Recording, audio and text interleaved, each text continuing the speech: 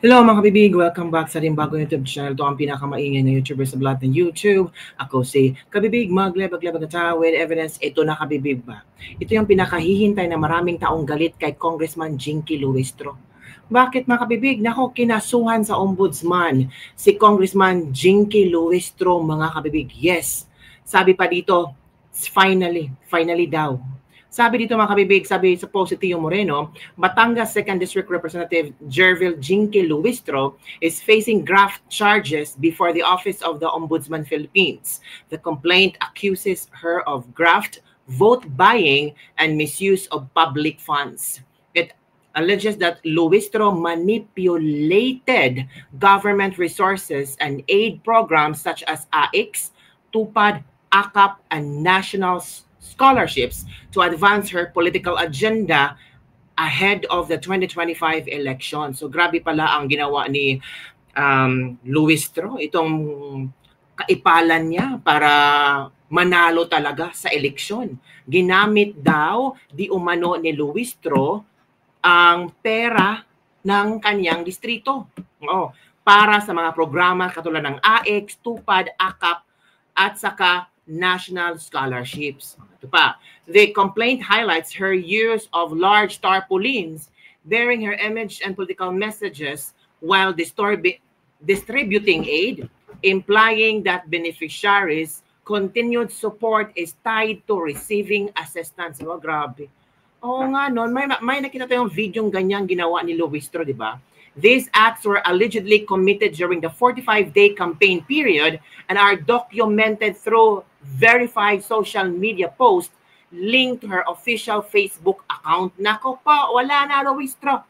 She is accused of violating the Anti-Graft and Corruption Practices Act RA 3019 and the Code of Conduct and Ethical Standards for Public Officials RA 6713, mga kabibig. So eto, para naman klaro ang ating mga lebak-lebak with evidence, ito, meron tayong mga screenshot yata ito or post ito ni Mr. Tio Moreno.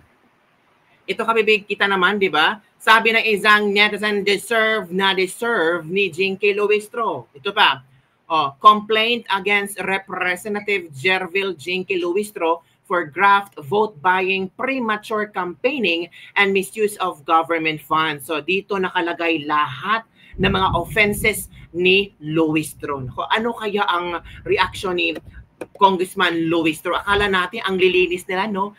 Palagi lang sinasabi, VP Sara, sagutin mo. Sagutin mo yung 125 million confidential funds mo. Pero siya pala ang may tinatagong the moves, di ba? Siya pala ang may tinatagong mga sekreto. Nako, nahaharap talaga si Luistro ngayon. Ano kaya ang magiging reaction niya? Baka sabihin niya naman na fake news yan. Hindi yan gawa lang nila yan para sabihin talaga na may kasalanan ako at talagang tawag dito para masira ang pangalan ko. Ito mga kabibig, meron tayong video na kung saan grabe si Luistro kung makapagsalita. Okay, I will be makinig tayo kabibig ha. Wait. Si Jinky, tinuturuan ba tayo maging tamad? Kasi mamimigay siya ng AIX, ng TUPAD. Kaya Jinky, pina-ombudsman ka na. Ay, nako, Jinky, umulan ng TUPAD AIX. Ikaw ay maging tamad. Listen to me. Yang ayudang yan. Kung kaya kitublihin, tutublihin ko. Yang ayudang yan. Grabe. Kung kaya ko triplihin, triplihin ko. Grabe. Bakit?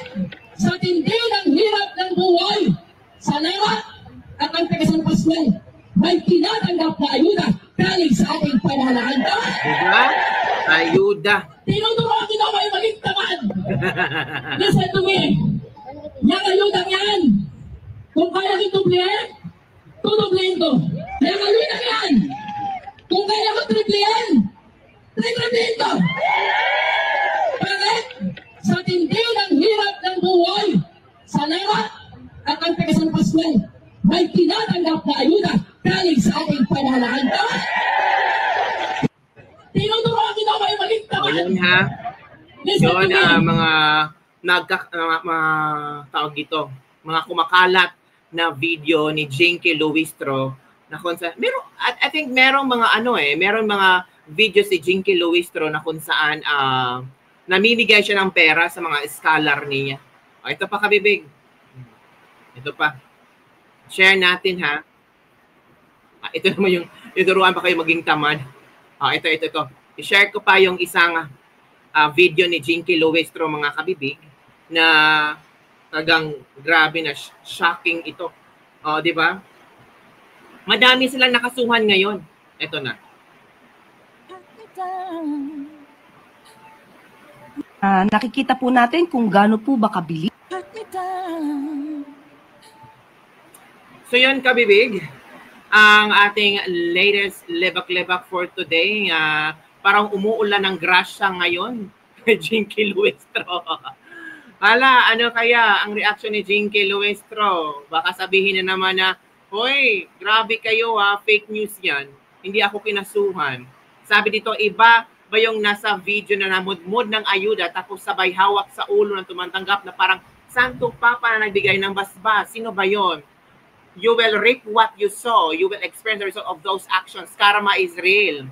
Bumaliktad na ang mundo, Jinky, magtago ka na. Good job, Ombudsman. Tapusin mo na silang lahat. Thanks, Ombudsman. Akala namin hindi na kayo mag-workout. More power, Ombudsman. Attorney Samuel Martires. Di dyan magsaba ang gaba, nagsimula na. Diba? So, yun kabibig, yun ang nangyayari ngayon kay attorney nga ito si Luistro. Itong si Luistro, himas-rihas ka na soon. At yung asawang may kaso na tinago mo pa, karma, di dyan magsaba. I'm excited na isa kayong mag-iisa kayong mawawala. Ayan na, lumabas na ang good news. Finally, it's happening. Merese. Powerful daw kasi kaya yan nagmamayabang. Good news yan para sa amin. Diba? Ang gaba, hilom na kayo ni Sagpa ni Luistro. So yun mga kabibig, ang mga komento ng ating mga netizen. At tingnan natin kung ano at saan ito patutungo. Malapit ng election, kung meron ba itong epekto sa kanila. Lalo na mga ilang days na lang ay election. 10 days more to go, election na. Diba? So marami na ngayon nagsilabasan mga graft and corruption ng mga kaso. Katulad sa ginawa ni Senator Amy Marcos sa mga sangkot sa pagkakulong ni President Duterte sa Hague ICC, kinasuhan na niya sa Ombudsman. Ngayon nasyaklan tayo, si Luistro may kaso na rin sa Ombudsman, graft at vote buying at iba pa. So, sino-sino pa kaya ang susunod na makakasuhan ng mga politikong tumatakbo ngayon? I think ang COMELEC naglabas na ng mga listahan ng mga politiko na merong ginawang hindi maganda sa eleksyon ngayon. So yun lang kabibig, ano ang iyong reaksyon hinggil dito? Sabi ng iba, karma, ang gaba di magsaba. Pero may pakakatao naman si Jinky Luistro na sagutin lahat ng itong mga aligasyon na ito. Pero ang question is, yung mga video nasa Facebook, nasa social media, kitang-kita yung ebidensya paano niya lulusutan itong lahat na ito. Diba? Sila nga, sobra nilang excited na pa-impeach si VP Sara. It's because, sabi ni Luistro, nangangalap na kami ng ebidensya. Pero sila din pala ay may kasong kinaharap sa Ombudsman. Yun lang kabibig ang ating latest lebak-lebak for today. Don't forget to like, subscribe, and share this video para sa mga trending news na ating pag-usapan. Bye everyone! See you next time!